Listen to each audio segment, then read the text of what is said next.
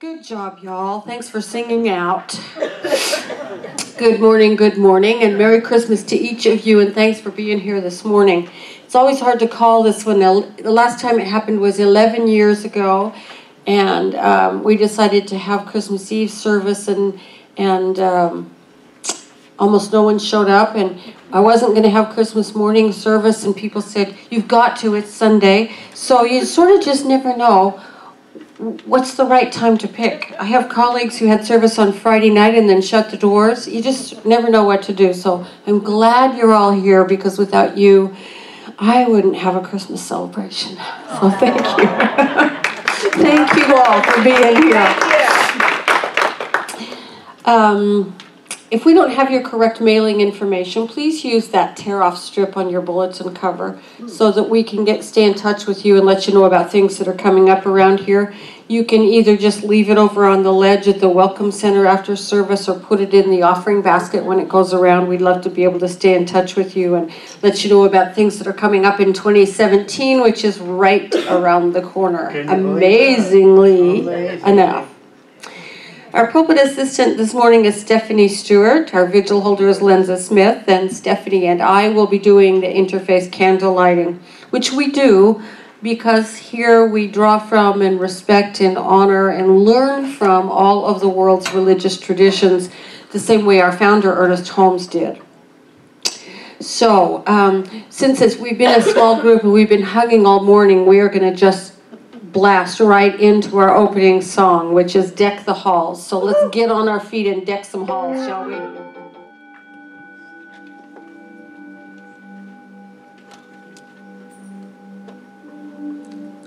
So we light the first candle in honor of Christianity. Self-rejection is the greatest enemy of the spiritual life because it contradicts the sacred voice that calls us the beloved. Being the beloved constitutes the core truth of our existence. We light the second candle in honor of Buddhism. The Buddha nature is simply the birthright of every sentient being. Our Buddha nature is as good as any Buddha's Buddha nature. We light the third candle in honor of the Shinto tradition. Everyone has a spirit that can be refined, a body that can be trained in some manner, a suitable path to follow. You are here to realize your inner divinity and manifest your innate enlightenment. We light the fourth candle in honor of Hinduism. The soul appears to be finite because of ignorance. When ignorance is destroyed, the self, which does not admit of any multiplicity, truly reveals itself by itself, like the sun when the clouds pass away. We light the fifth candle in honor of Islam. Stop acting so small. You are the universe in ecstatic motion. We light the sixth candle in honor of Judaism. In the proverbial beginning, there was something like a tremendous explosion of godness that at once created the universe and filled it. Now looked at one way, this was a disintegration. As the language of the text says, a descent of sparks of holiness into the outer darkness. Looked at another way, it was the expansion of holiness to enlighten the darkness. We light the final candle in honor of the Native American religions. All things share the same breath. The beast, the tree, the man. The air shares its spirit with all the life it supports.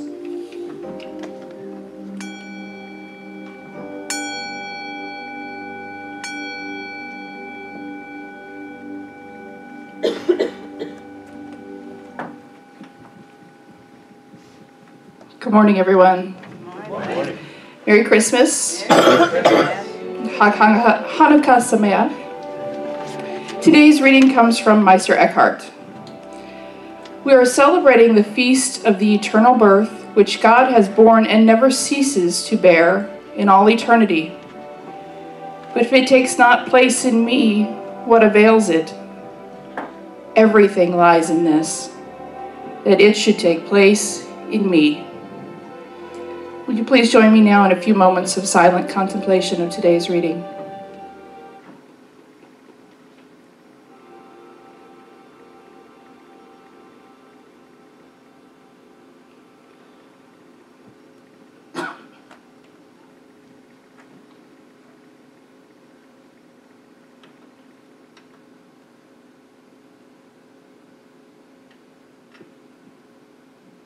And so here and now, I know truth. I know the truth of this place and everyone within it. I know that God is here in us as us. And that what is born today is exactly as it should be. That all things occur exactly as they must. All things today are in perfection.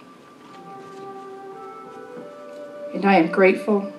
I am grateful for everyone here, for all the words spoken, for all the love shared and passed and expanding into eternity.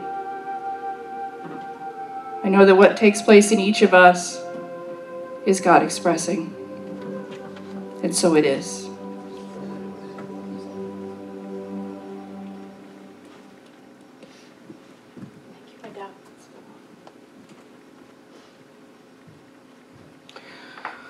Oh, Christmas, this is always a really hard one. This is a hard, it's such a big story. I mean, it's such a giant story in our psyche, in our society. So I decided to think back over the past year, and you know, we're the last Sunday of the year this year. And this whole year we've been focused on our global vision, which is posted up on the wall there, this living, breathing dream of a world that works for everyone, a world where everyone has enough to eat and enough to wear and enough to become all that they came here to be, a world where sharing and empowerment and community are real things, where we live from love rather than fear. And so here we are on the very last Sunday of the year, looking at perhaps the deepest spiritual insight of all, and that is that in this life, the greatest spiritual task we will undertake and the greatest ego risk we will undertake is entering fully and completely into living from Spirit itself, allowing the Christ consciousness to be what we live from, rather than just an idea, a dry idea that we talk about sometimes and think about, but instead to let it be the very source of our lives. It's a giant spiritual undertaking, and it's a huge ego risk, which is what makes it such a big story. So let's go back, if you will, to the year 1 BCE and imagine that you are a resident of Jerusalem, which means, of course, that you're Jewish, and for as long as your stories can remember, you've either lived in enslavement or in some kind of shaky time of freedom, but during your whole lifetime, you've lived under the control of the Romans. Israel, Judea, is a client state of Rome, and its king is Herod. And according to the scriptures, Herod had enough power that he told people they had to travel from wherever they lived to where they were born to be counted, to be registered. Well, I don't know about you, but I was born a long way from here, in a little town in Utah. I have the means, and I have a car, and I could drive there, but what about people who didn't have the means? I mean, even if you were born in Cleveland, if you had to walk there, it's a huge deal. It would disrupt your whole life. The government had that much power over people that it could just say to them, you have to do this. Wow. The Romans had an enormous amount of power. And Herod was not a sweetheart. He was not a fuzzy kind of guy. I did a little investigation into the man, and when he took over in Jerusalem, he had a wife and a child, but he decided he wanted to marry this granddaughter of the previous king, so he exiled his wife and child. And he married the granddaughter and later executed her. He was kind of a paranoid guy. He had secret police who went out in the streets and listened to what people said about him and reported back to him.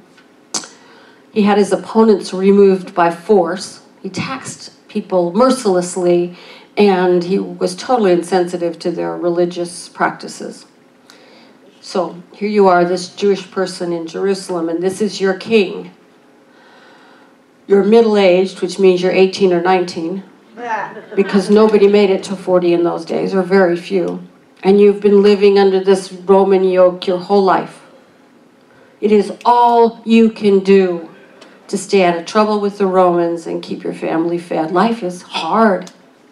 It's very hard. What's the thing you need the very most? I don't think it's money or a new government or anything else. I think the thing you need the most right now is hope. Hope. Because hope is the basis of faith, and faith changes everything. But if we don't have any hope at all, we can't even get to faith. We can't even get there. If we have no hope that what we desire will come about, there's nothing to even hang our hook on and build our faith. But if there's a glimmer of hope, we find a mustard seed's worth of faith, and that we can work with, right? We know about mustard seeds. We can work with that. You and I, here and now, we hope that words like love and truth and justice, a world that works for everyone, will take visible form in our world. That's our hope and our dream.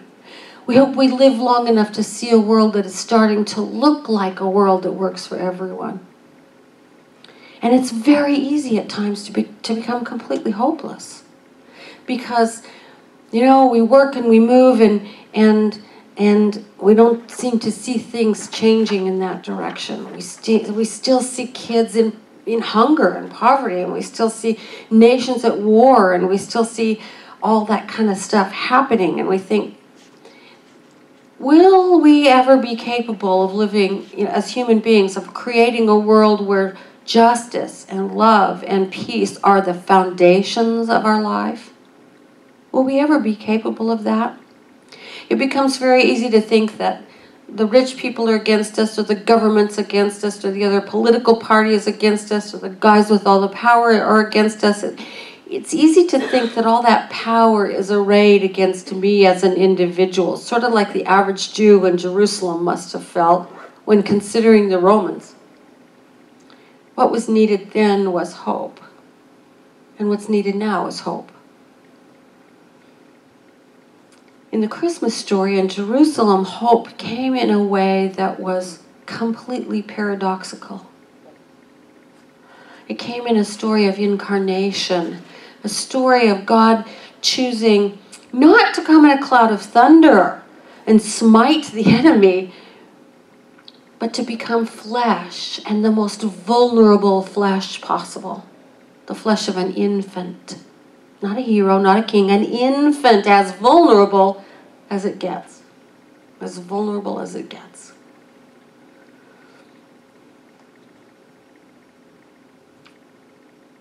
God becomes incarnate as a child, the most hopeful of all creatures. Children don't have the mental restrictions that we pile up as we grow up in our culture that chip away at our hope, that tell us what will work and what won't. A child has all the hope in the world that all their dreams will become real. That all their dreams will become real. That they can embody and manifest their dreams. All the hope in the world that will happen. So the story, it seems to me, is about the eternal nature of hope. This tiny glimmer of hope that's enough for us to grow our faith on is eternally possible because God is eternally present. There's never a place God is not. And the story is about taking the risk of incarnation ourselves. If, as we believe, every one of us is an individualized incarnation of spirit, then the story is about becoming consciously aware of it and agreeing to it in the way that this child agreed to it and said, yes, I will bring hope into the world. It's about remembering that we are always being born again and again and again into this God-shaped, into the shape of our God-given selves, if you will. We're always being born into the shape of that self which we are growing to be today. And it's about saying yes to that story. Every day, day by day, every hour, sometimes every minute if we need to. Sometimes it becomes down to a minute-by-minute thing. Yes, today I'll do that. Yes, this minute I'll do that. I can't give you any guarantee 5 minutes from now. Minute by minute. Some days. For me, the story is about being willing, even in the seeming dangers and perils of the world, to embody my emotions, my values, my beliefs, my identity, my integrity. It's about being willing to allow good words to take flesh in me. Constrained by fear, sometimes made almost completely hopeless by depression, I often fall short. I often fall short. But I still aspire to walk that heart and soul talk, you know. I still want to get better at it. However imperfectly I do it in the moment. The hope I cling to is that I get better at it as I practice it. I think that is our common hope as human beings, that as we practice embodying all that we came here to be, all of our God-shaped selves, we get better at it. And I think this is what Meister Eckhart meant when he said, we're celebrating the feast of the eternal birth, which God has borne and never ceases to bear in all eternity. But if it does not take place in me, what avails it? What avails it if it's a dry story on a page? Everything lies in this, said Meister Eckhart, that it should take place in me. That it should take place in me. You may not know that the most revered female character in the Quran is Mary. And the Sufi poet Rumi wrote this. He said, nothing can be undertaken until a pain, a yearning, and a love for a thing is awakened inside a human being. Without pain, one's endeavor will not be easy, no matter whether it be about this world, the hereafter, commercial, regal, scholarly, astrological, or anything else. Our body is like Mary, and each of us bears a Jesus. If we experience birth pains, our Jesus will be born.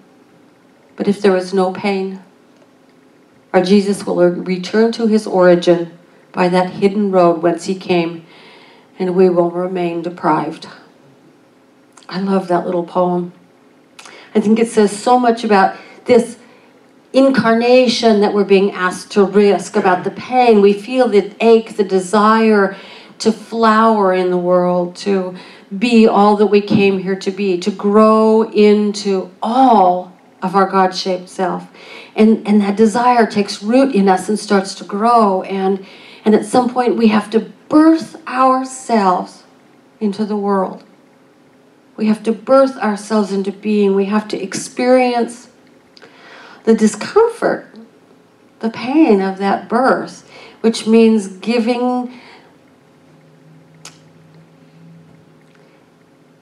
letting go of the ego that shouts at us.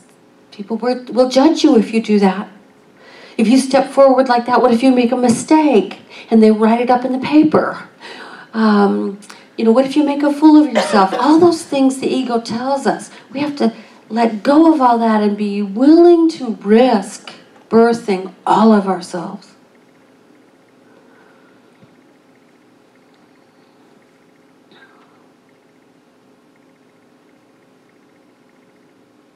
And what happens when we do that is we become our own vision. We become it. We embody it. We incarnate it. We become the good words of God in our world, and we become incarnate as the people of that world, of our vision. We become those words with flesh on them. And the pain, I think, that Rumi's referring to is this pain of vulnerability. The pain of being willing to say, here I am, all of me. Sometimes I screw up. Sometimes I do really well.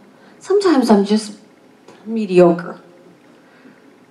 But I'm going to bring all of myself to this life and this world. It's the pain of that being seen in our allness, the ache of understanding that sometimes we'll make mistakes, sometimes we'll alienate people, sometimes we'll say the wrong thing or do the wrong thing. It's the deep and vulnerable pain that comes from seeing that the only way a world that works for everyone works is if it works through you and me, through us. Us. Not any one of us, but us together. An infant in a manger is as vulnerable as it gets. And what an infant needs is very simple.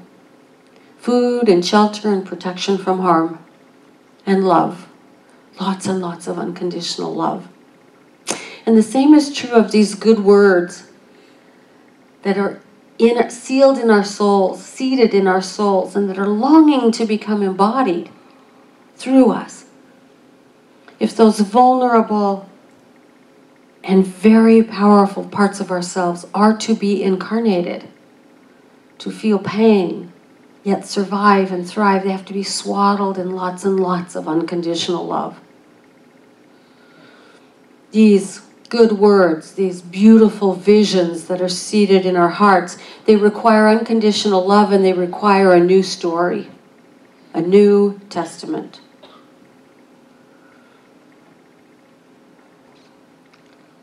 And the first thing this New Testament requires is for us all to realize that incarnation happens in every single one of us. That the skin next to you, the flesh you see all around you, whether it's the same color as you, the same gender, the same orientation, it is all the flesh of God.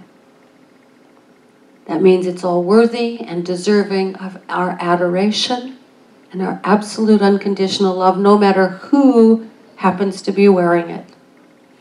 No matter who happens to be wearing it. The story requires us to realize the power in this idea of incarnation. I was just reminded yesterday that the word power comes from the Latin possere, which means to be able.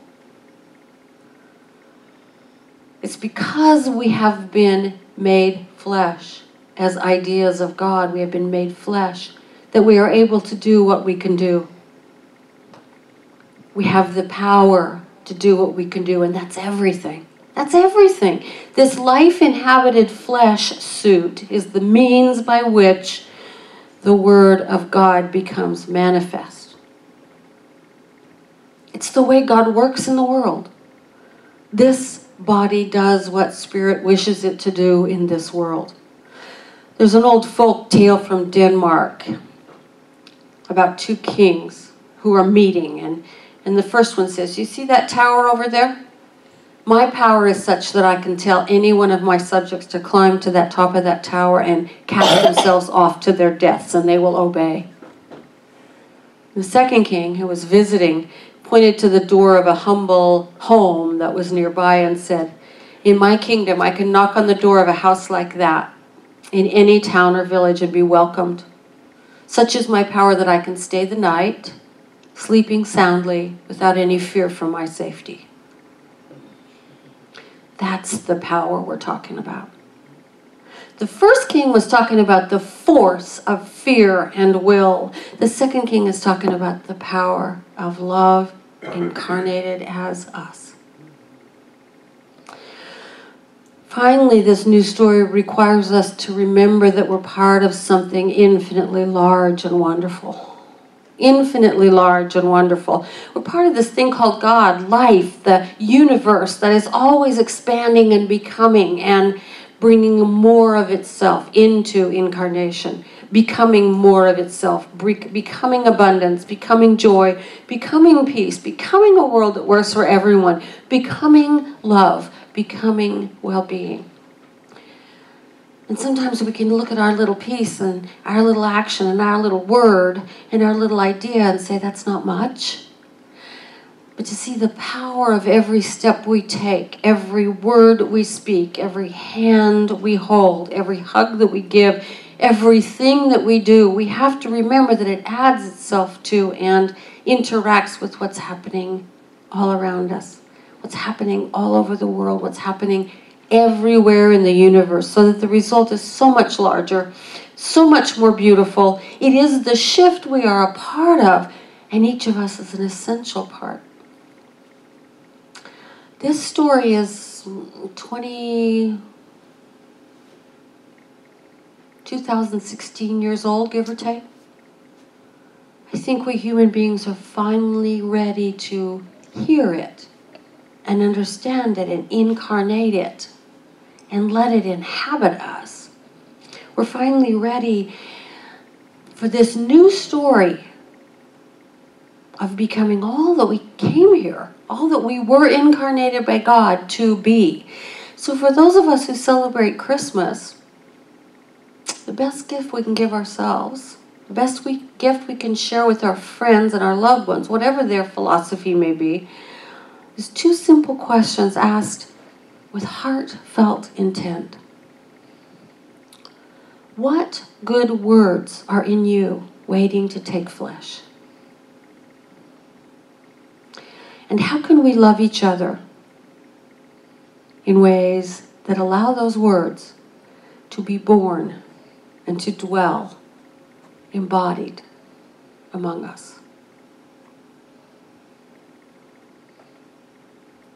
How can we love each other so that these good words can take flesh and come to dwell among us? So just take those questions into that interior sanctuary of your own heart.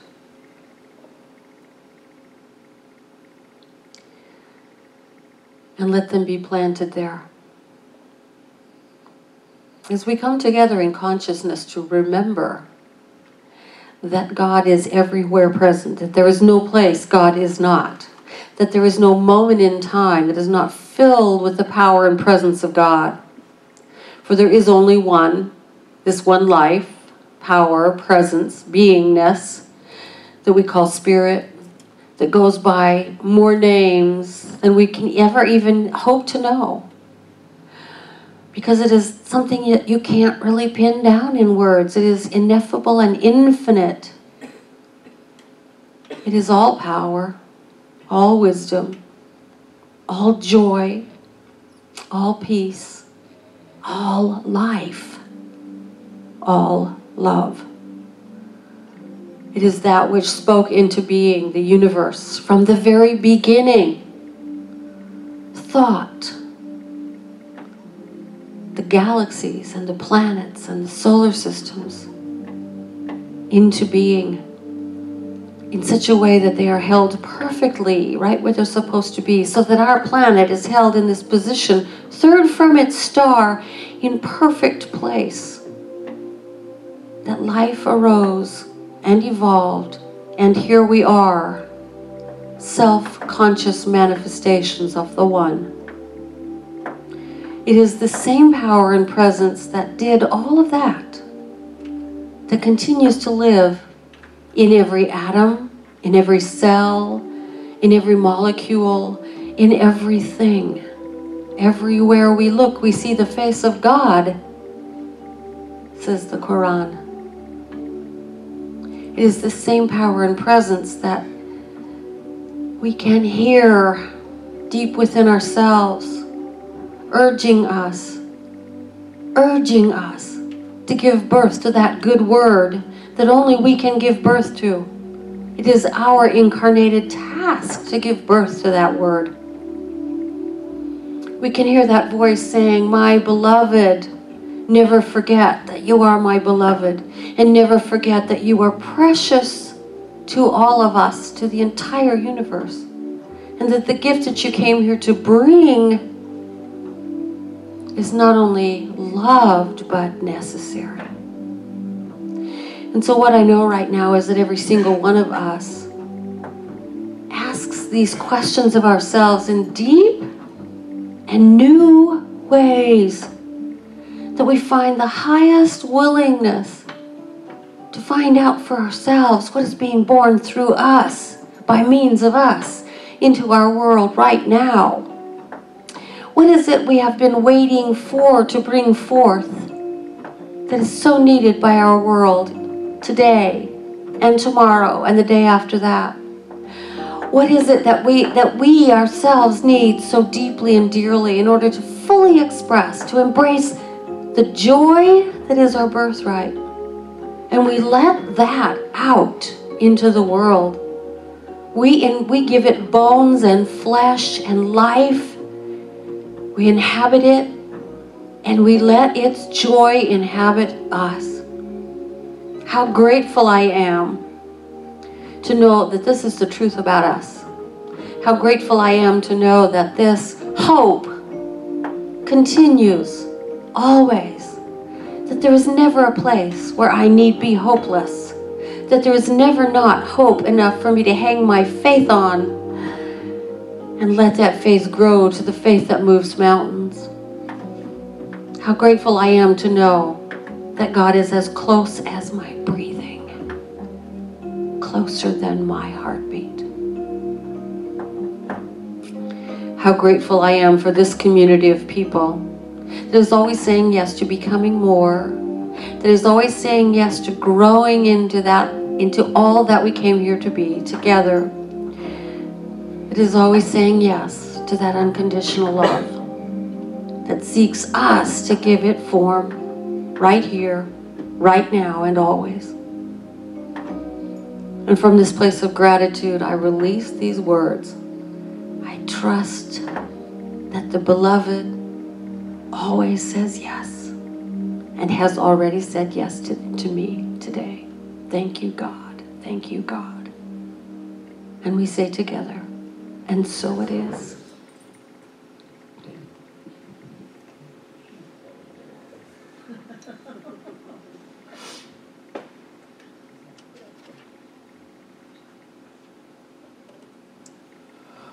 Ooh. Can we? Amazing what spirit does, isn't it? Ooh, yeah.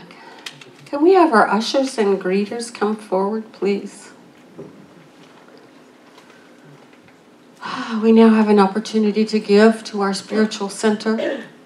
Everything that you give makes it possible for us to be here on Sunday, to provide classes and space for meditation and all the other things that we do. And most Sundays it gives us the opportunity to provide a place where our kids find out how magnificent they are. So what I invite you to do right now is to take your offering in your hands, or just put your hands together if you're not able to give today, and count your blessings for a moment. Oh, how grateful I am for my home, my family, for this community, for this place, for everyone who is here today and everyone who is part of our community who is celebrating wherever they are. How grateful I am for life itself. Oh, this sweet adventure of becoming authentic. My list of blessings goes on and on and on. And I hope yours, and I know yours does too. So please know with me, my heart is open. I give from an open heart. I know that as I give, I am given to. And I am grateful. And so it is. Okay, she's off. No, it's right here in front of me. It's right here in front of me. Okay, I got it. I'm sorry. Yeah. It's all in black and white. I can't tell what I'm doing. I can't read Okay, quick announcements. The office will be closed between now and next Sunday, so please leave a voicemail message if you need to between now and then. Somebody will be checking. Reverend seems to be checking voicemail. It says I'll be checking voicemail, but it won't be me. Please join us next Sunday for a New Year's Day burning bowl and intention setting for the new story we want to tell in 2017. January 8th is very important. January 8th is Bring a Friend Sunday with you to service. There should be a postcard. Didn't bring one up with me. I'm sorry. There's a postcard in your bulletin that you can just hand to someone that you think might enjoy what we offer here. And there are extras over there at the Welcome Center. We'll be having soup in the Consciousness Cafe after the service, and obviously we would love to meet any of your friends here on January 8th. Please take a look at the last page of the bulletin and at the insert for more information on these and other activities that we have coming up. There's a whole bunch of them. There was one thing Clara did ask that I add to this. On January 1st, if any of you have like a Kroger card or something like that gives to the center, you may have to reattach it on January 1st, so you might check with that. So if you would like prayer after service with any of our licensed prayer practitioners, myself or Lenza, we would love to pray with you. Just look for, like I said, there's 2 of us.